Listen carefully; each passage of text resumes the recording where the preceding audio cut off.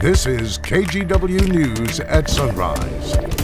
Okay, we start this morning as we keep an eye out on the weather. There was a possibility for some snow at lower elevations, but take a look at our shot from Drive 8 at the moment, I-205 southbound. I believe the last we heard was near the Vancouver area, but all clear this morning on their end. Meantime, in the Coast Range, where our photographer Chad DeHart is located, no snow either. But also on the radar that Rod has been monitoring, some rain and snow moving into some of the areas, right? Yes, yeah. It is a Tuesday morning here on the Sunrise Show. I know you're coming in from downtown every morning. Rod from Vancouver, you and I from Clackamas County. Yep. So I had a wintry mix driving did too. in. Okay, there you go. So we get us started with that, Rodney Hill. I do want to point out real quick first, though, Chris McGinnis also in this morning to keep an eye on those roadways, but we do start with Rod's forecast. So, if you were up Sunday morning watching weather, if you were up yesterday morning watching weather, and you're up this morning with us, all three mornings, including this morning, are looking to be exactly the same.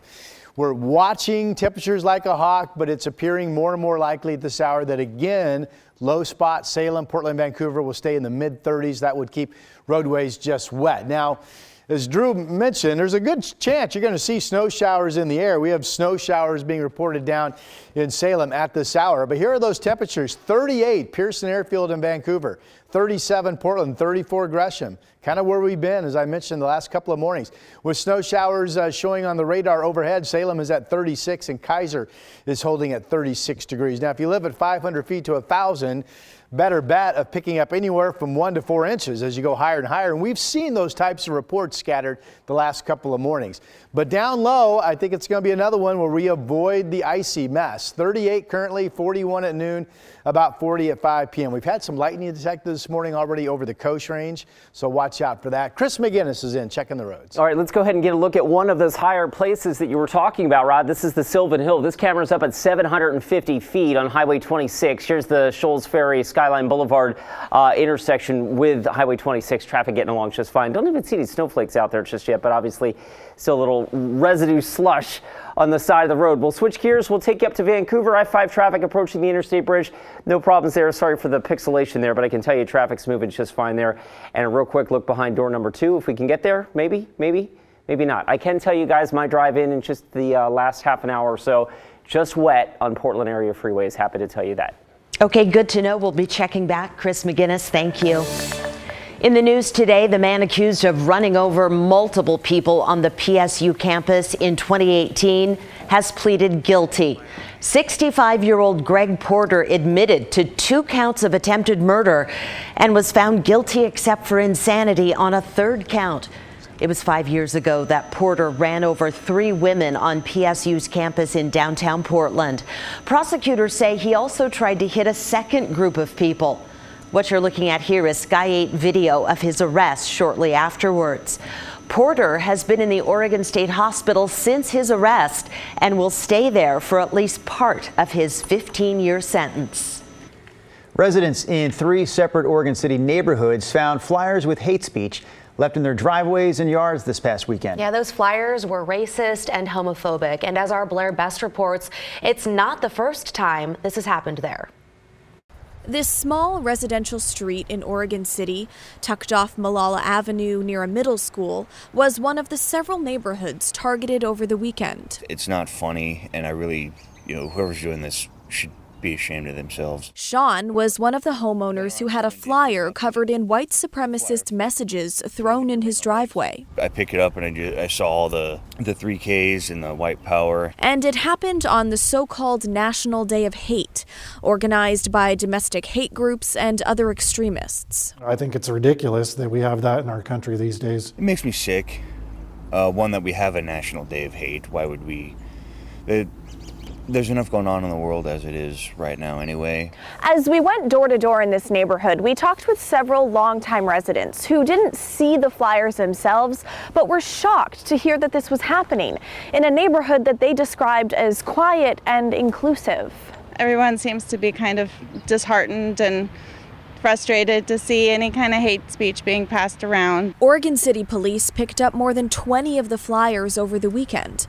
Captain David Edwin says this isn't the first time they've responded to this type of hateful behavior. About 2 months ago, we had an incident where somebody was propagating some anti-Semitic hate as well. They don't believe there to be any danger associated with the flyers and are handling it as a bias incident, which is different than a bias crime. They're forwarding the reports onto the State Department of Justice. While it's not a crime at this point, you never know what it'll turn into. Mayor Denise McGriff, Oregon City's first black mayor, called the incident appalling and pointed to the city's values of understanding, inclusivity, and tolerance, but says clearly there's still a lot of work to do. Well, we definitely don't want to give any of these white supremacy groups a platform to, propagate their hate. But we also want to make sure that we're denouncing it when we see it. Police are asking people if they see any of these flyers or any other hateful behavior to give them a call. In Oregon City, Blair Best, KGW News. A Washington County murder suspect is now looking at an escape charge, too, after running from the courtroom on the first day of his trial. The sheriff's office says Eddie Villalobos made a run for it after a bathroom break. State law requires authorities to remove leg restraints during trial. They say Villalobos skirted 2 deputies assigned to him and a courthouse security guard. Oh my gosh, that's scary. That's really scary. I just want to go home. That's bad. Oh my God, that was so close right there. But I kept hearing the door open and closing and open and closing. Deputies say they found Villalobos hiding in an apartment nearby after about 2 hours searching for him. He's accused of stabbing a family member to death in Cornelius back in 2021. Other headlines today. Governor Tina Kotek will talk about Oregon's housing and homeless crisis. The State House Committee on Housing and Homelessness is holding a public hearing at 8 o'clock this morning. Governor Kotek is expected to testify. We don't know yet exactly what she plans to say, but you can watch the live stream on the Oregon Legislature's website. You can also find it on KGW.com, and we'll hit some of the highlights on air starting today on the news at noon. Multnomah County deputies are looking for this man. His name is Justin Ray Jones. The 31-year-old is wanted for multiple ID thefts and breaking parole. Deputies say they found about 3 dozen victims, but they believe there are more. Detectives say Jones actively is trying to commit more fraud, ID theft, and forgery. If you recognize him or believe you may have been victimized, call the Multnomah County Sheriff's Tip Line or Crime Stoppers of Oregon. And PBOT's grace period for parking tickets ends today at noon.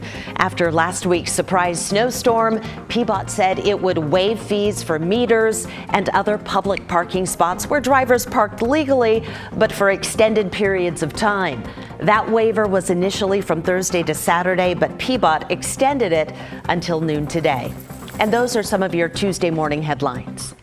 Well, it took an extra 48 hours for the Timbers to play their season opener, but you could say it was worth the wait.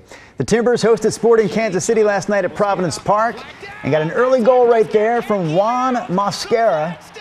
The defender from Colombia only appeared in 3 matches for the Timbers last season, and that right there, the first MLS goal of his career. This match was supposed to happen Saturday, but last week's weather pushed it back to last night. So the bottom line, the Timbers are undefeated.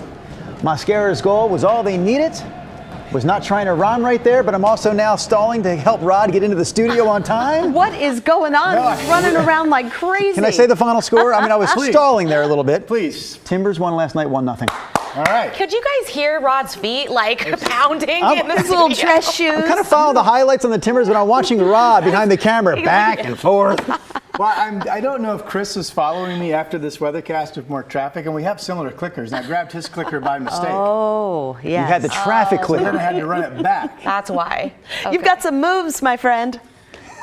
Exhausted. He's fast. Here's a look at what's going on out there this morning. I'm making a big deal because I think it tells the story well that this is the 3rd straight morning that we're seeing, for the most part, going back to Sunday, exactly the same conditions. We have a mix of rain and snow showers in the area. We have low elevation spots that are, I mean, it's not a guarantee, but I think odds are very favorable that we will again stay in the mid-30s above freezing along I-5 from Salem, Albany on up into the Longview area. Doesn't mean you're not going to see snow in the air. It just means that it wouldn't stick and the roadways would remain wet. So here are my headlines. Low snow levels continuing today. Portland, Salem, Vancouver early this morning. likely in that 34 to 36 degree wet zone, if you will, with ice-free roadways. Sticking snow, though, still a good bet, at least in cold scattered pockets between 500 and going up to 1,000 feet. And you know, the last couple, maybe not where you live, but there have been spots pick up the last couple of mornings 1 to 4 inches of snow. So that continues to be a possibility if you live up in elevation. Here are the numbers out there this morning. Newport 34, Salem 36, Portland, Kelso all above, Eugene 34. It's 32 out in Hood River and the Dalles. And I-84, I'm assuming, has a good chance to get at least some icy spots developing during the morning hours, so FYI on that. Here's a look at our Futurecast movie. It's going to show you in blue snow and a green rain. So just kind of a mix, like we've been seeing, a wintry mix of showers throughout the day. Now, yesterday we had some pretty good hail showers pop up. Could see that again today. See the bright colors? That's unstable, heavy downpours. Could be hail. We've had lightning detected this morning over the coast range. Could see that again. Now, overnight tonight, finally all of this ends and the forecast goes dry. But as it goes dry, temperatures tonight really drop off into the 20s. That could catch wet roadways, freeze them, and we'd have icy spots overnight, even though the weather itself would be dry into tomorrow morning. This does show some fog, mainly on the east side tomorrow morning. Otherwise, it's going to be a dry, partly cloudy, quiet day with light winds. Here come your forecast numbers. Back up into the low 40s today. That's where we've been last couple of days. 26 tonight, 42 tomorrow. I think this is rain. Snow levels on Thursday go up to 1,500 feet. And then Friday's pretty quiet. Another system should just be rain on Saturday. Sunday showers.